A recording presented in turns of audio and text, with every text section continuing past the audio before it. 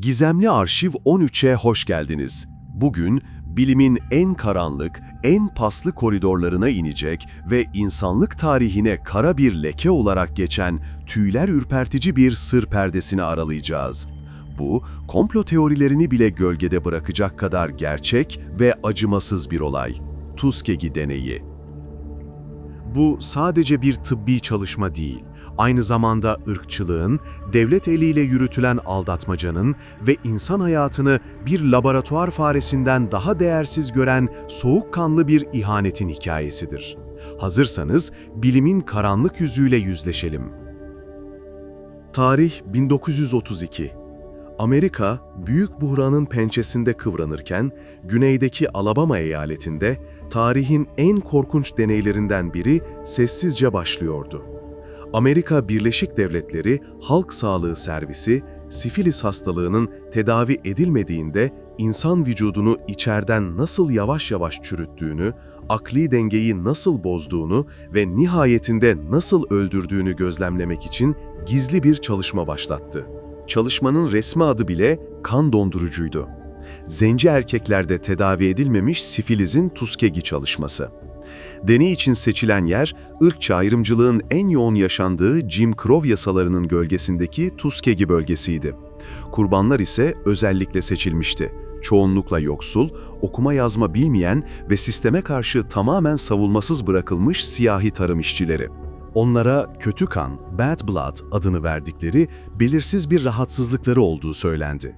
Bu terim, sifilis, anemi, yorgunluk gibi birçok hastalığı kapsayan halk arasında yaygın bir tabirdi ve bu da aldatmacayı kolaylaştırıyordu. O yıllarda sifilis için etkili bir tedavi henüz yoktu. Ancak yıllar sonra penisilin gibi mucizevi bir ilaç bulunduğunda deneyin asıl karanlık ve affedilemez yüzü ortaya çıktı. Tedavi artık mümkündü ama deneyin devam etmesi için kasten engellendi. Bu korkunç plana yaklaşık 600 siyahi erkek dahil edildi. 399'u zaten hastalıkla boğuşuyordu, 201'i ise onların sağlığını karşılaştırmak için sağlıklı kontrol grubuydu. Onlara asla gerçeği söylemediler. Devletin resmi antetli kağıtlarıyla süslenmiş mektuplar göndererek özel bir tedavi programı sunduklarını söylediler. Bu büyük bir yalandı. Asıl amaç, tedavi etmek değil, hastalığın her bir aşamasını, acı dolu ölüme giden bir süreci not almaktı.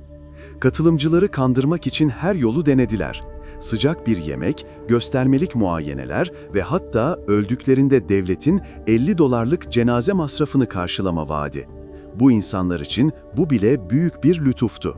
Onları asıl acı veren ve hiçbir tedavi değeri olmayan spinal tap, belden sıvı alma gibi prosedürlere özel ücretsiz tedavi kisvesi altında ikna ettiler. Bu acı verici işlem sadece hastalığın sinir sisteminin nasıl yok ettiğini görmek için yapılıyordu. Ancak en korkuncu, İkinci Dünya Savaşı sırasında penisilinin sifilisin kesin tedavisi olarak yaygınlaşmasından sonra yaşandı. Deneyin yürütücüleri, bu deneklerin asla tedavi edilmemesini garanti altına almak için korkunç adımlar attılar. Deneye katılanların isim listelerini yerel doktorlara, hastanelere ve hatta askere alım merkezlerine göndererek bu kişilere penisilin tedavisinin uygulanmamasını emrettiler. Bu sadece bir ihmal değil, kasıtlı ve organize bir cinayetti. Sonuç, sadece deneydeki erkeklerin yavaş, acı dolu ve önlenebilir ölümleri değil, aynı zamanda onlardan hastalığı kapan eşleri ve en trajiği konjenital sifilizle, yani doğuştan bu korkunç hastalıkla dünyaya gelen onlarca masum bebek. Tuskegee deneyi, doktorların ettiği Hipokrat yeminini ve tıp etiğinin en temel ilkelerini kan dondurucu bir şekilde çiğnedi. İlk olarak bilgilendirilmiş onam tamamen yoktu. Katılımcılar, üzerlerinde oynanan korkunç oyundan, hastalığın gerçek doğasından ve tedavi haklarının gasp edildiğinden tamamen habersizdi. Onların rızası bir yalana dayanıyordu. İkinci olarak, önce zarar verme yemini açıkça ihlal edildi. Deneyi yürüten doktorlar ve yetkililer, yeminlerini çiğneyerek hastalara kasten zarar verdiler. Onları sadece ölüme terk etmediler, aynı zamanda tedaviye giden tüm yolları da kapattılar. Son olarak, insan hayatı en acımasız şekilde istismar edildi. Katılımcıların kendi bedenleri hakkındaki tüm hakları ellerinden alındı ve sadece ten renkleri yüzünden insandan daha aşağı ve birer denek olarak görüldüler. Bu 20. Yüzyılın başlarında popüler olan öjeni ve bilimsel ırkçılık akımlarının korkunç bir yansımasıydı. Bu karanlık sır tam 40 yıl boyunca bir devlet projesi olarak saklandı. 1972'de artık vicdanının sesine dayanamayan Peter Buxton adında bir halk sağlığı servisi çalışanı sayesinde her şey ortaya çıktı.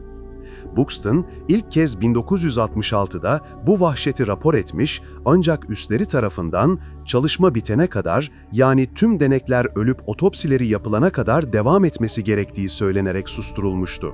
Yıllar süren çabalarının sonuçsuz kalmasının ardından hikayeyi Associated Press'ten gazeteci John Heller'a sızdırdı. Heller'ın 25 Temmuz 1972'de yayınlanan haberi Amerika'yı ve dünyayı bu korkunç gerçekle sarstı ve bir utanç fırtınası başlattı. Tuskegee deneyinin yankıları bugün bile devam ediyor. Bu skandalın ortaya çıkması, tıpta zorunlu bir değişimi tetikledi ve insanlı deneyler için katı etik kuralların getirilmesini sağladı. Ünlü Belmont raporu yayımlandı ve araştırmalarda 3 temel ilke zorunlu kılındı: kişiye saygı, yararlılık ve adalet. Artık insan deneklerin korunması en üst öncelikti. Ancak deneyin bıraktığı bir diğer karanlık miras, özellikle siyahi toplulukların tıp ve devlet kurumlarına karşı duyduğu derin güvensizlik oldu. Bu güvensizlik, günümüzde bile sağlık hizmetlerindeki eşitsizliklerin ve bazı topluluklardaki aşı tereddütünün altında yatan tarihi bir travmadır. Son olarak bu olay, sistemik ırkçılığın ne kadar ölümcül olabileceğinin en net kanıtlarından biri olarak tarihe geçti. İnsanların daha az değerli görüldüğünde, bilim adına onlara neler yapılabileceğini acı bir şekilde ortaya koydu. Tuskegee deneyi, geçmişte kalmış bir komplo teorisi veya korku hikayesi değil, acı bir gerçektir. Bize, gücü elinde tutanların sorgusuzca güvenilmemesi gerektiğini, her bireyin yaşam hakkının kutsal olduğunu ve bilimsel ilerlemenin asla insan onurunu çiğneyemeyeceğini hatırlatır. Bu olay, aynı zamanda gerçeği ortaya çıkaran cesur insanların ve özgür basının ne kadar hayati olduğunu da kanıtlamıştır. What the United States government did was shameful, and I am sorry.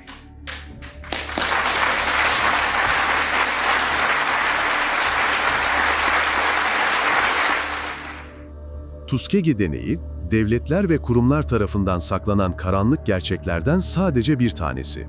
Bu olay, bize sorgulamanın ve gizemlerin peşinden gitmenin ne kadar önemli olduğunu bir kez daha gösteriyor. Eğer siz de bilinmeyenlere ilgi duyuyorsanız, gizem perdesini birlikte aralamak için kanalımıza abone olmayı ve yeni videolar için bildirimleri açmayı unutmayın. Bu deney hakkındaki şok edici düşüncelerinizi yorumlarda paylaşın. Bir sonraki gizemli dosyada görüşmek üzere.